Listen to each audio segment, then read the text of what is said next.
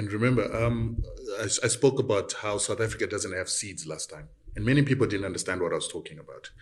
The country is currently making all its staple foods on what are called genetically modified seeds.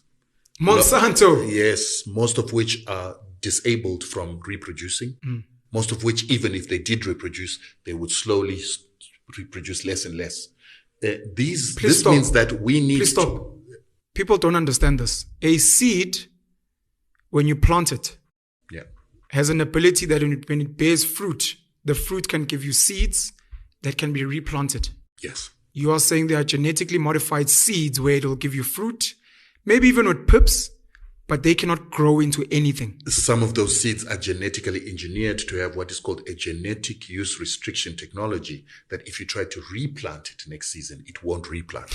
But more importantly, when you plant it, this genetically modified plant, first time around, when it can still reproduce, it has a power to cross-pollinate, and the pollen will go all across the country, 60-kilometer radius, and they will infect or go to an organic plant and cross-pollinate that plant and turn it into a plant that's got genetic use restriction technology, so that plant won't work.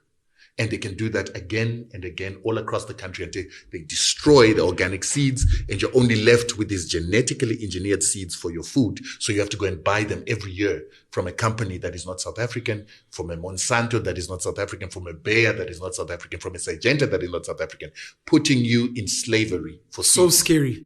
And this scary. And these companies, Lima Grain, which owns a company called Seedco, Lima Grain actually destroyed all tomato seeds in Europe, to the extent that right now hybrids are what are left in Europe, and they sell these hybrids from anything from $60,000 a kg to $400,000 a kg. What that means is seeds cost more than a kg of gold.